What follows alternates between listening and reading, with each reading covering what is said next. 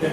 Martin, thank you for joining us. How pleased were you with the performance against Morecambe and what your players showed after the disappointment of Saturday? I was pleased with the performance, but disappointed with the result. I thought we were slow out the blocks again, which was a bit of a surprise. But the players, I thought, stepped up to the gear, so credit to them for that.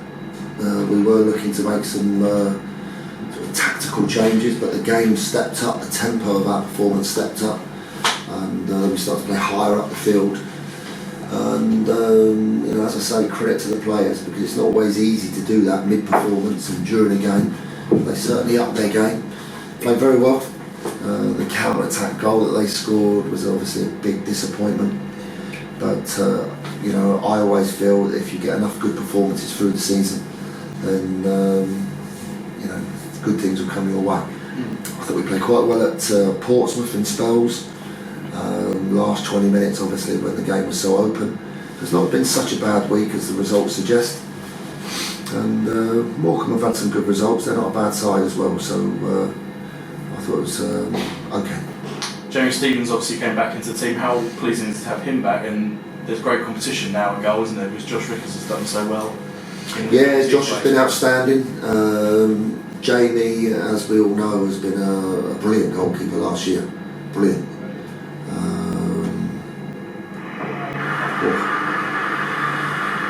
Why did I choose to play him? In training he's been superb. Obviously he's our goalkeeper. He's been training very hard. I thought he was ready to come back in, and I'll have a think about that the next couple of days who's to play on Saturday.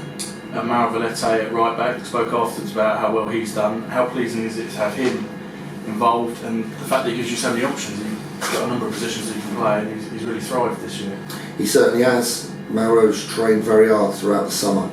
He's got himself to a very good level of fitness, which helped coming into pre-season. And I think it's nice to know for all the players that the door is never closed. Sometimes I have to make people available to suit and fit into budgets, and sometimes people have to give way.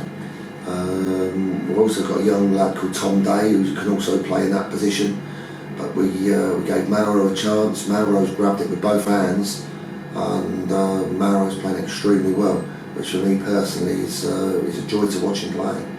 And Justin Amaluzor this week has signed a new contract with the club. Obviously great news. What do you kind of expect from him this year? What do you want him to achieve in the coming months? Well, we gave him a couple of games last season. He's raw. He hasn't been bought through all these academy sort of style football. He's raw. He's hungry. He's got pace, and he's got proper desire. He's very, very single-minded. When he came on at MK Dons in that league, in that cup a couple of weeks ago, he was absolutely superb. In the reserve games, we had 11v11 first team against reserves, and he scored 2 goals for the second team, if you like, against the players that had not been playing in the first team. He was superb. I kind of knew then that he was ready. He is ready now. It's great news that we've got him to sign a contract, and he's a positive young threat. Leyton Orient this weekend, they had 2 men sent off very early against the leaders Plymouth on Tuesday night. How does that affect them, and how does that come into your thinking at all for the weekend? No, what they do and how they play, and we haven't got access to all that. Obviously we know that people have been sent off, but we haven't got access to all that, to scouts and reports and all that sort of stuff. So as always, we prepare ourselves. We put out our best team to go up against the opposition, however they may play, and put in a good performance ourselves. That is only and always has been since I've been here the key. Perform well ourselves, do us proud, give everything you've got, and what will be will be. And they've obviously parted company with Andy Hessenthaler in the last week. What impact does that have, if any?